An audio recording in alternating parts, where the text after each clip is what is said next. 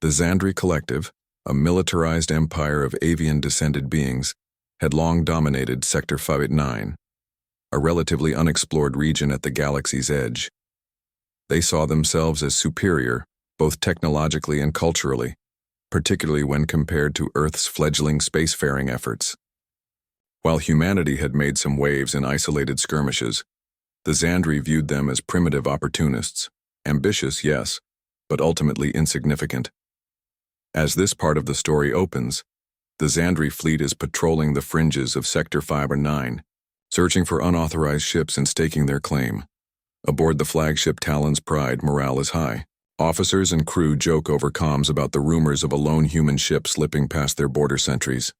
One of them quips, "Let them send one, less mess to clean up," and the bridge erupts in laughter. These aliens are cocky, and for good reason. They've never faced a meaningful loss in this sector. A sensor officer soon picks up an anomalous signal. Small, low energy, drifting. The readings suggest an outdated human design, possibly unarmed or even disabled. The fleet commander, Admiral Vrozek, waves it off as a derelict scout or lost freighter. Still, procedure demands verification. A boarding shuttle is readied with a handful of soldiers, mostly for formality. The fleet sees it as a joke, an easy win and perhaps a trophy. What they don't realize is that the signal was intentional. Far away but within visual range, the human vessel Odyssey quietly watches. Commanded by Captain Amelia Hart, the ship is Earth's newest deep strike prototype, deliberately designed to appear weak on long-range scans. The energy signature was masked to bait the Xandri into underestimating her.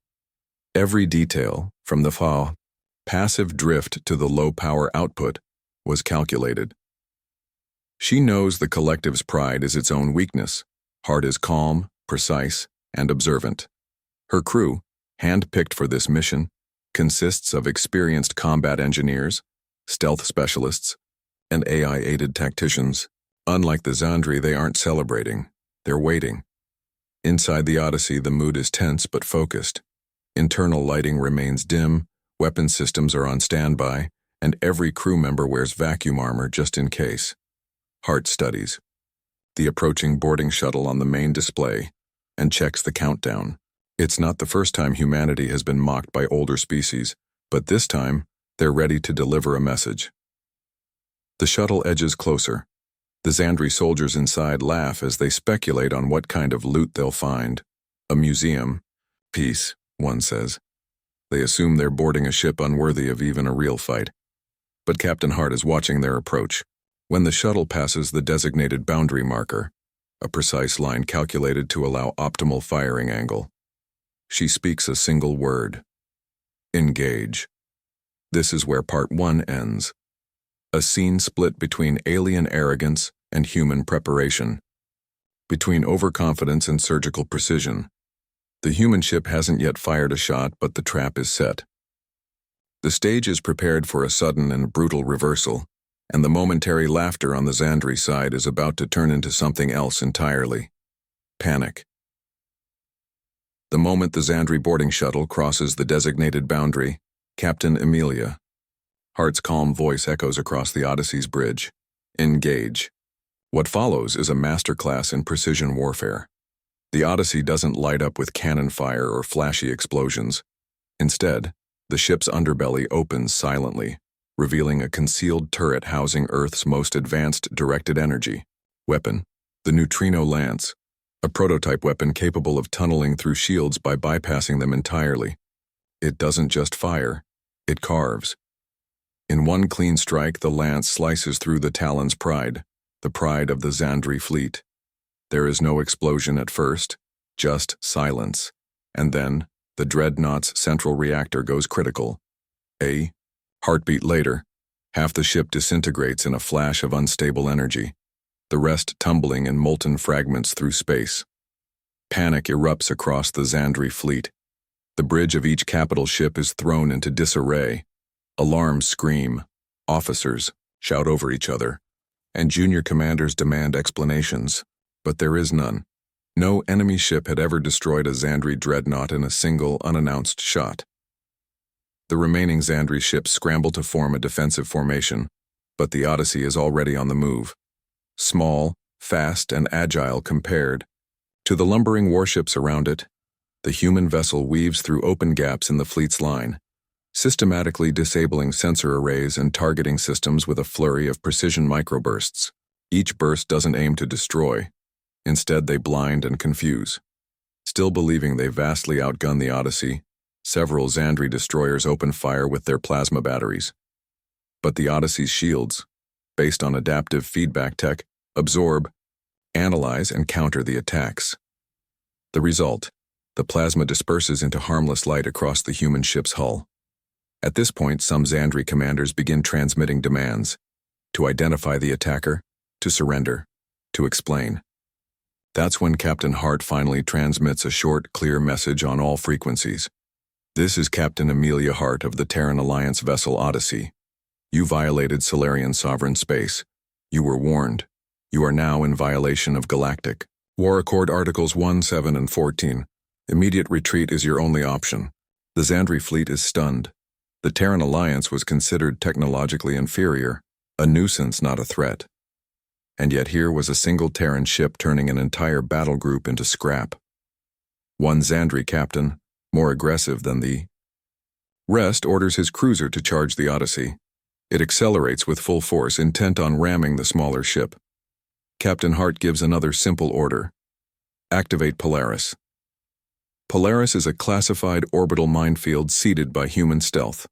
Drones days before the encounter. As the charging cruiser crosses into the hidden field, hundreds of dormant mines instantly come to life, each one using electromagnetic harpoons to lock onto the target. In less than 3 seconds, the Xandri cruiser is torn apart by dozens of kinetic explosions. Its debris field slams into a nearby frigate, disabling that ship as well. The Xandri laughter is long gone. Confusion has become terror. The fleet realizes they didn't walk into a fight. They walked into a trap meticulously laid by a species they thought was beneath them. As Part 2 ends, the Odyssey ceases fire. Captain Hart waits. She's made her point.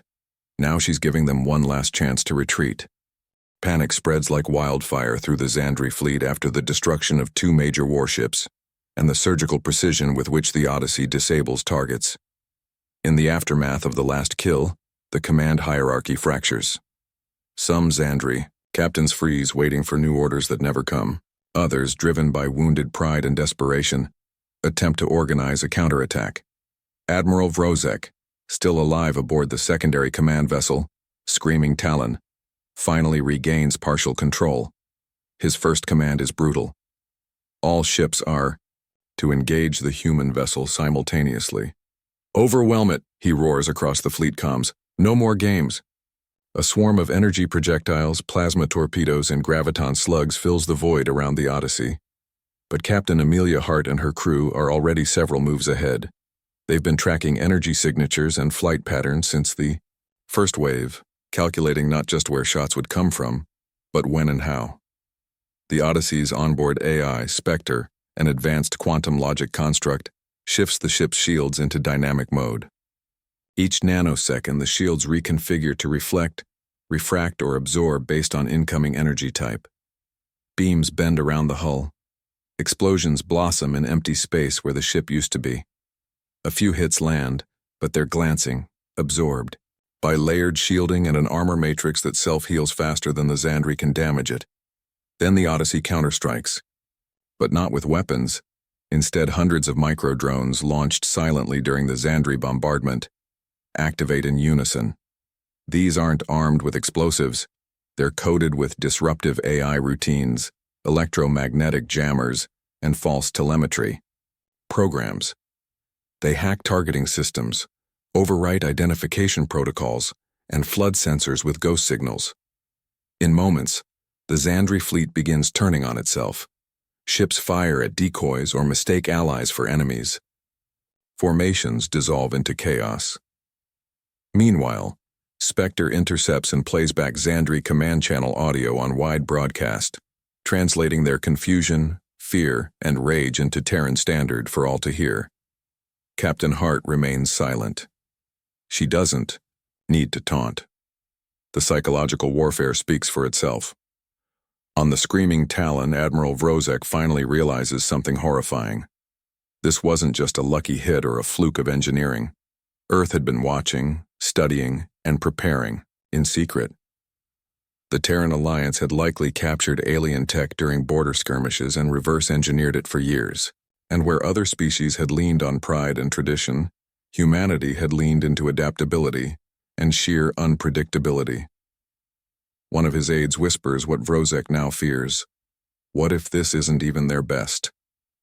Across the battlefield, human stealth drones begin to decloak in various positions, not attacking but revealing themselves as if to say, "We're everywhere." Ships across the Xandri fleet begin to break formation, some outright retreating, others try to power down and surrender. But the truth has already dawned on them.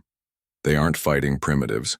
They're fighting a species that used to be primitive, but now knows every strength, every weakness of their enemies, and has designed every tool to exploit them. The final blow of Part 3 isn't physical. It's strategic. Spectre sends out a data packet to every Xandri vessel containing detailed diagnostics of their own weaknesses, proof that the Terrans know more about their ships than they do. The message is clear. Earth is not a backwater colony. It is a predator in the void. The Xandri fleet is broken, not in body alone, but in mind and spirit. Where once there was arrogant laughter and unshakable confidence, now only silence and scattered, fearful calms remain. Admiral Vrozek watches from the bridge of the screaming Talon, his face ashen, his fleet in ruins. What remains of his once mighty force is now disorganized, malfunctioning, or retreating in chaos. The human vessel Odyssey holds its position at the center of the devastation. It does not pursue the fleeing ships. It does not fire again. It simply waits, unscathed, surrounded by a debris field of former Xandri superiority. It is not the actions of a rampaging force. It is the behavior of a lion that's already bitten the throat. Captain Amelia Hart finally opens a secure channel to the entire Xandri command network. No encryption, no demand, just a simple message broadcast in every known Xandri dialect. You entered Terran sovereign space. You were warned. This is your only chance to survive. Withdraw. Permanently. The words are quiet, calm, but behind them is undeniable power. No threats, no promises of vengeance, just certainty. And the Xandri know in that moment that the Terrans are not bluffing. Vrozek's senior staff pleads with him to retreat. One insists they must save face. Another suggests a suicide run to martyr themselves. Vrozek, stripped of pride and faced with extinction, finally concedes. He orders a full retreat, encrypted and desperate. All ships capable of jumping out are to do so immediately. Any that cannot are instructed to power down and signal surrender.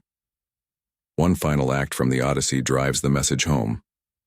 As the retreating ships begin opening jump gates, the Terran vessel decloaks 12 more ships, all identical in design, all previously invisible in low-orbit positions near Jupiter, Earth, and the asteroid belt. Each bristles with weaponry beyond what the Xandri have catalogued. Retribution class, though they don't know the name yet. To the Xandri, it looks like Earth was never unarmed. It was waiting, watching, preparing for this exact moment. The fleet vanishes in panicked waves. Through jump corridors, more than half of it destroyed, damaged, or rendered inoperable. The remaining ships, those unable to flee, transmit their unconditional surrender. Hart accepts them with a terse acknowledgement, but offers no further commentary. Back on Earth, the Terran High Command receives Hart's after-action report. It is short, efficient, and cold. Engaged hostile fleet violating Solarian space. Result: 68% destruction, 29% disabled, 3% escaped. Message delivered. The galactic news networks erupt within hours. Footage leaks, Xandri wreckage, the sight of alien ships firing on each other, human stealth vessels decloaking in formation. The galaxy watches in shock as a previously underestimated species emerges as a dominant power. In response, many other galactic powers begin to revise their estimates of the Terran Alliance. Embassies are dispatched, treaties are reconsidered. Some, in fear, offer peace before conflict begins. As the story closes, Captain Hart stands on the Odyssey's bridge, watching the stars. She knows this is only the beginning. Humanity just demonstrated what it's capable of when threatened. The galaxy laughed once, they won't laugh again.